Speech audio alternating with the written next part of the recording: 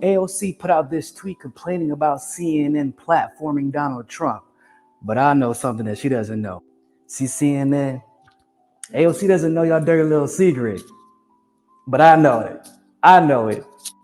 See, the mistake that AOC and liberals like her seem to continue to make is to believe that CNN wants a different outcome than 2016. She believes that the liberal agenda supersedes cashing in on views that Donald Trump gives them. But en route to his 2016 victory, CNN and companies like them gave Donald Trump $2 billion in free coverage, which of course led to record-breaking viewership for CNN and the like. And what happened immediately after Donald Trump left office? CNN's viewership completely and totally tanked. CNN, y'all didn't even think that was gonna hurt Trump. Y'all want that coverage. Y'all secretly want Trump to be president so y'all get back to them golden years. I see y'all over there with your little rainbow tie-dye MAGA hats. Think you slick. I see you. AOC has been tripping. She has been in complete shambles. We know who AOC is.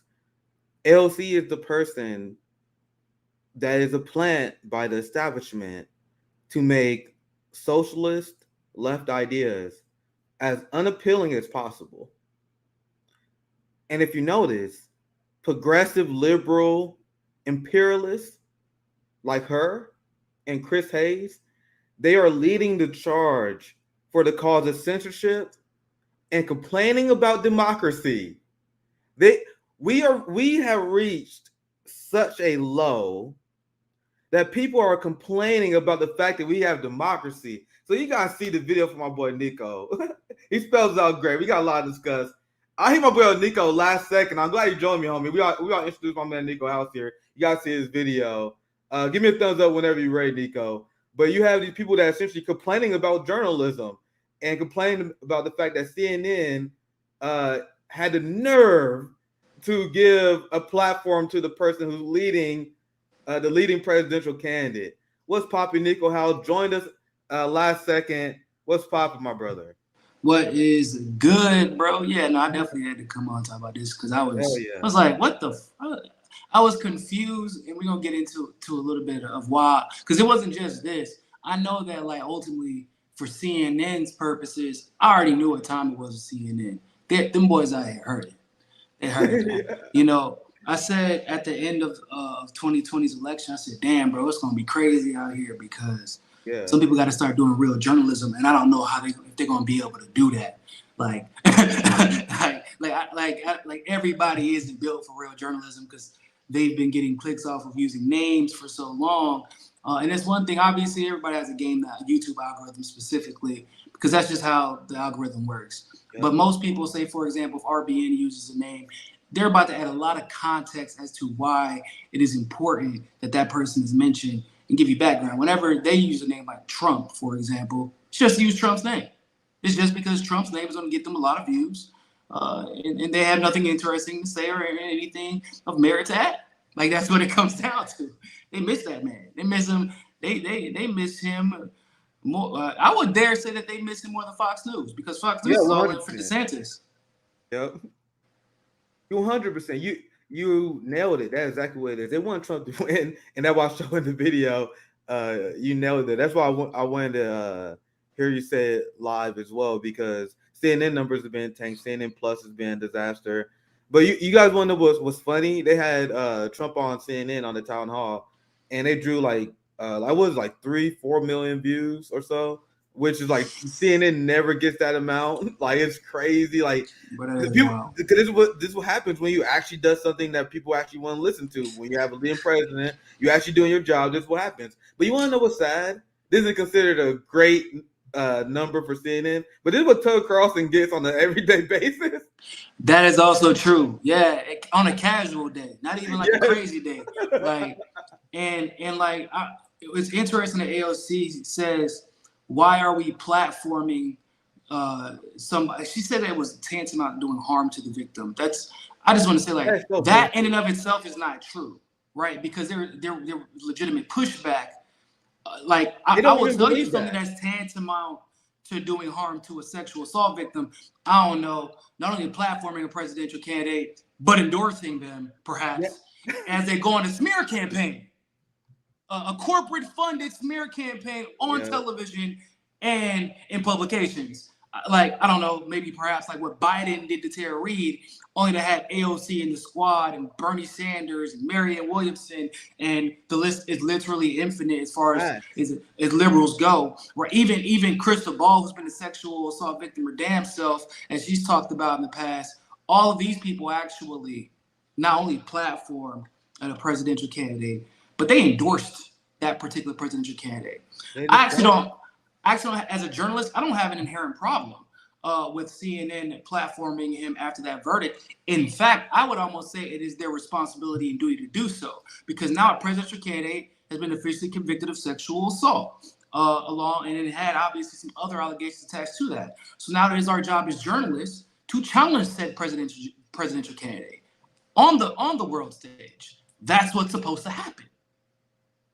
It's not a bad thing. It's only bad if you don't challenge him. Absolutely. And I said before, we should have more town halls, more debates. That should be commonplace. Even and what I don't get it, like, oh my God, he committed sexual assault. Now let's break that argument down. So you're saying you should interview a criminal? They're all criminals. Yeah, especially if you're running for president. I need to know what the hell what the goings on.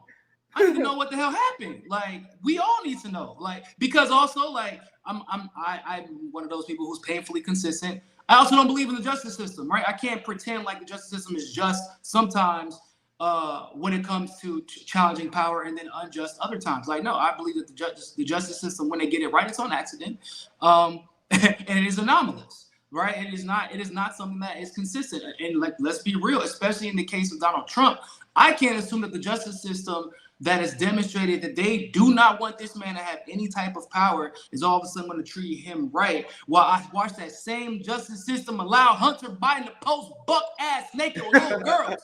Bro, you feel me? Like, that's inconsistent. So now, as a journalist, once again, I have to get, if I'm an honest journalist, especially on mainstream media, I have to now give you the opportunity to tell your side of the story. And then, of course, let the people decide who's right and who's wrong. But as a journalist and as a member of the Fourth Estate, we have that responsibility. But on the other side of that fence, I don't fucking trust anything the justice.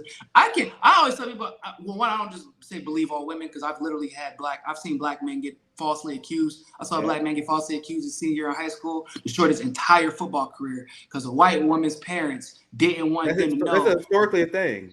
Bro, yeah, like, dog, this dude was he was a top 5. He was a D1 athlete, about to go top 5 QB in the country, had his career destroyed. I almost went to jail for quote-unquote pedophilia because he was 18, she was 17, but they were both seniors.